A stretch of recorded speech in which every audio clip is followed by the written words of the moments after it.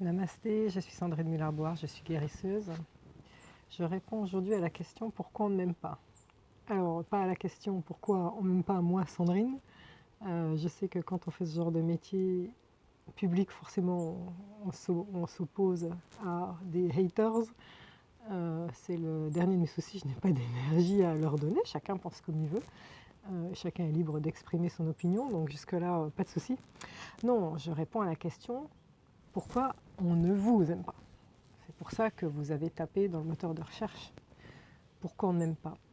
Alors, vous posez cette question légitime parce que, par exemple, au travail, vous faites tout ce qu'il faut pour être aux petits oignons avec les collègues de travail, vous êtes gentil avec le patron, vous faites des sourires, vous prenez sur vous.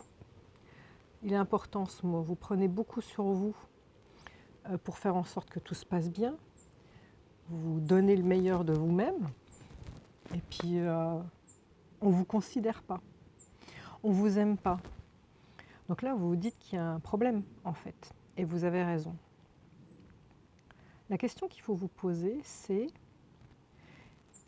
qu'est-ce qu'il y a dans ma pensée qui fait qu'on ne m'aime pas en réalité? C'est pas qu'est-ce qu'il y a dans mes actes. Parce que ce qu'il faut comprendre, c'est que votre monde est le reflet de vos pensées et que donc les gens agissent en fonction de ça. Pourquoi votre monde est le reflet de vos pensées? Alors là, c'est super simple. Je vais vous donner des exemples.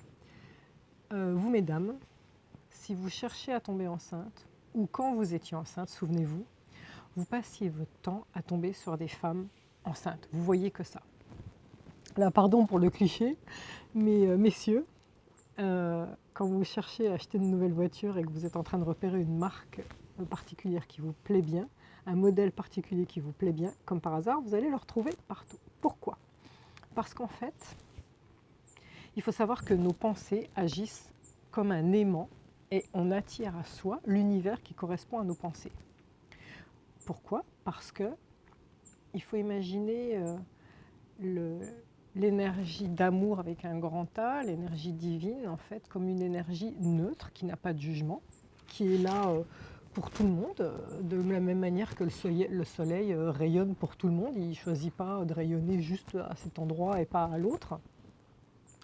Et cette lumière-là, elle va passer en fait à travers votre filtre, comme les filtres de photographe, à travers votre prisme ou alors à travers votre kaléidoscope. Et donc, imaginons, moi j'ai un filtre de photographe couleur bleue, la lumière divine qui va me traverser va passer à travers moi, et mon monde à moi, filtre bleu, aura une projection devant moi qui sera teintée de bleu.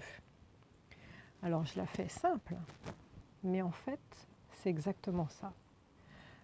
Les personnes qui se demandent pourquoi on ne les aime pas, la question, elle est à se poser pas dans les actes. Ah, vous prenez sur vous, faites tout ce qu'il faut pour que ça aille bien. Mais il y a quoi dans votre pensée? Si dans votre pensée, il y a « quel sale con ce patron, j'en ai marre.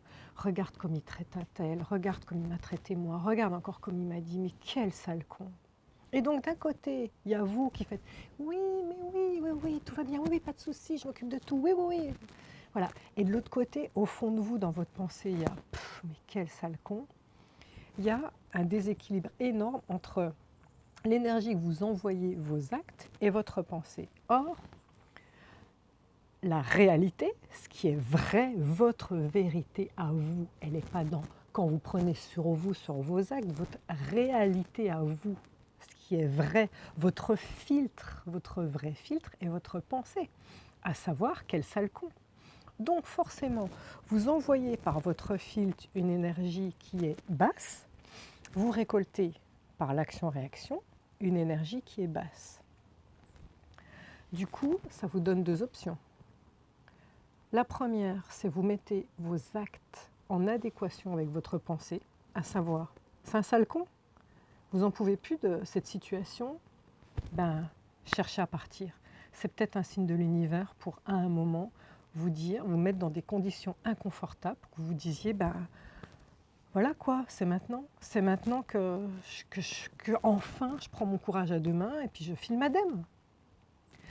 Si vous pensez que c'est votre mal-être qui induit ces pensées négatives et que quand vous écoutez les autres collègues, eux, ils trouvent que ce patron, il est plutôt sympa, c'est à vous, cette fois-ci, d'aller faire attention à ce que vous pensez.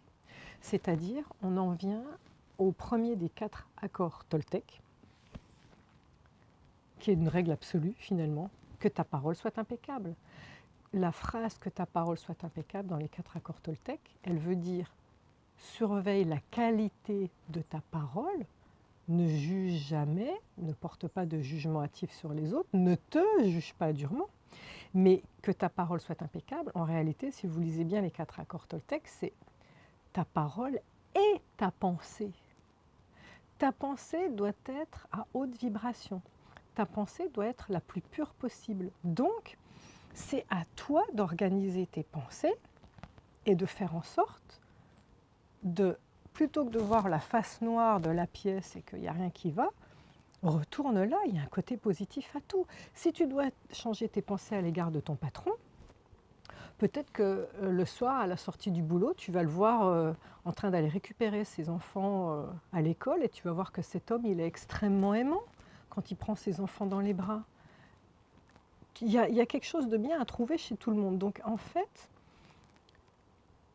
pourquoi on ne t'aime pas et à aller chercher dans ton état d'esprit. Je vais vous donner un exemple d'une personne que j'ai eue en soins. C'était une femme retraitée, enfin c'est toujours, mais je n'ai pas de nouvelles d'elle, c'est pour ça que je dis c'était, une femme retraitée dont le postulat était le suivant, quand j'ai travaillé avec elle à distance. On ne m'aime pas, je suis toute seule, je suis isolée, et donc c'était une souffrance. Ok.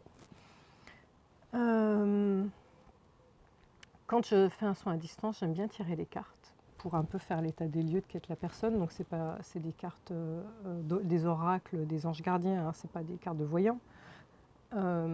Et donc ça permet de donner la parole au guide et en même temps, comme ça me permet moi de me mettre en vibration avec la personne.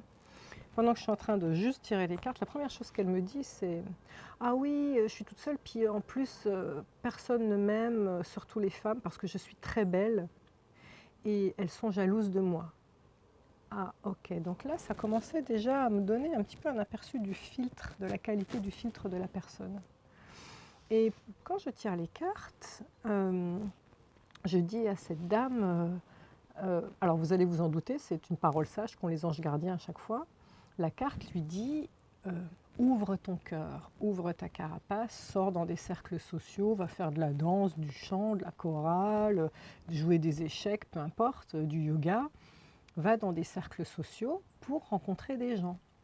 Et donc je lui dis, mais oui, c'est une super idée. Moi, j'ai été prof bénévole de yoga pendant très très longtemps dans un club de mairie. Et dans ces clubs de mairie, il y en a partout. Renseignez-vous, ça coûte 30 € à l'année pour aller dans un club de yoga, qigong, randonnée. Enfin bon, voilà, donc je lui dis ça.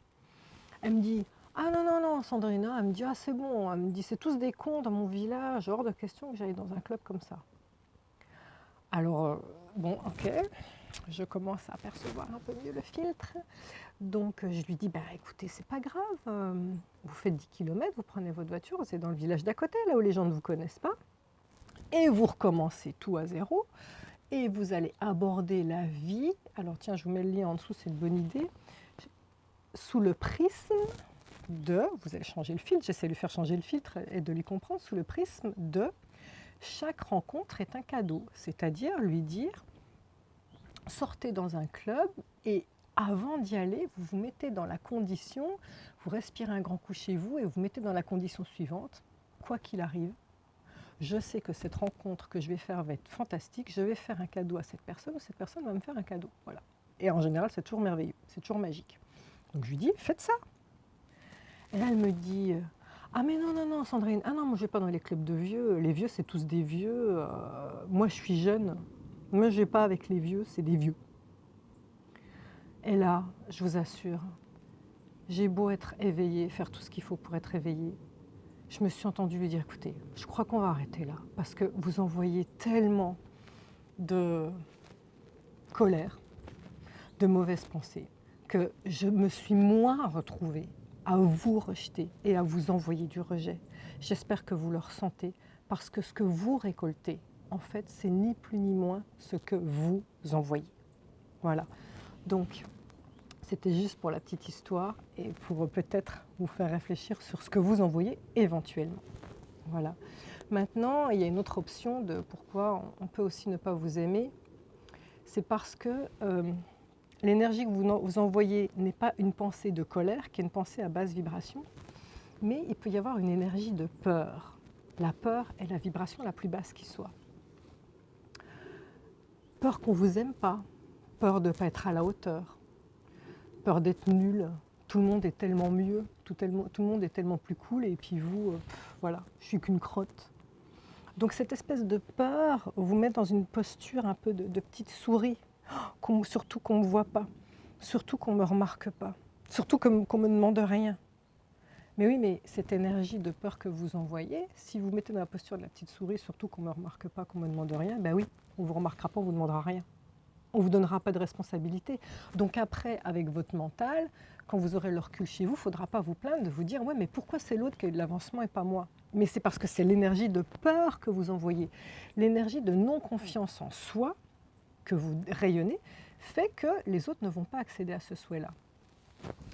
Alors, êtes-vous prêt à changer votre prisme? Êtes-vous prêt à changer ce filtre qui n'est pas de super qualité, qui est un peu opaque et qui renvoie des choses pas trop top pour pouvoir enfin un peu le purifier et mieux rayonner? Vous êtes prêts? Alors voilà ce qu'on va faire. Vous fermez les yeux, vous allez ouvrir les paumes, comme ça, vous les mettez en bas, peu importe. Tournez vers le ciel. On prend une inspire. Allez, à l'expire, par la bouche, vous lâchez toutes vos tensions et par les mains, vous lâchez toutes vos tensions, toutes les peurs, toutes les colères, toutes les rancœurs, toutes les craintes, tous les doutes. Encore, inspire. Expire, lâchez-les. Allez, donnez-les-moi, donnez-les à l'univers. Encore, inspire. Expire. Continuez comme ça. À l'inspire, l'univers vous donne un amour inconditionnel, de la joie, de la danse, de la gratitude. À l'expire, remettez-lui vos doutes, vos peurs, vos craintes, vos rancœurs. Vous avez juste à écouter ma petite prière. Pendant que vous inspirez de l'amour et vous expirez vos doutes. Univers, je te remets, moi, tous mes doutes, toutes mes peurs, toutes mes craintes à propos de la situation à laquelle vous pensez en ce moment présent.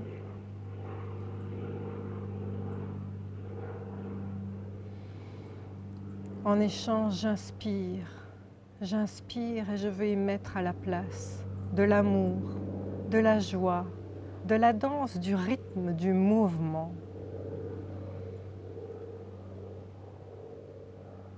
Merci de prendre toutes mes peurs, mes doutes, mes colères et de les transmuter. Prenez une grande inspire. Ouvrez les yeux et relâchez. Il n'y a jamais de hasard. Je veux que vous compreniez une chose. Les chamans utilisent les sons, toujours. C'est pour ça que moi j'ai un tambour chamanique et des bols tibétains, entre autres quand je soigne. Pendant que je faisais la prière, vous avez certainement entendu le vrombissement d'un hélicoptère au-dessus de moi. On est en train de s'adresser à l'univers et de lui demander de prendre quelque chose de lourd et de l'amener au loin. C'est exactement ce qui s'est produit. Je n'y peux rien, je ne l'ai pas téléguidé. Vos peurs et vos doutes ont été soulevés par cet hélicoptère qui est au-dessus de moi, qui avait le bruit sourd de ce qui est lourd. Et quand j'ai dit « je te le remets, je le transmute », c'est parti, c'était léger. C'est pas beau la magie de l'univers en direct? Merci de m'avoir écouté. Namasté.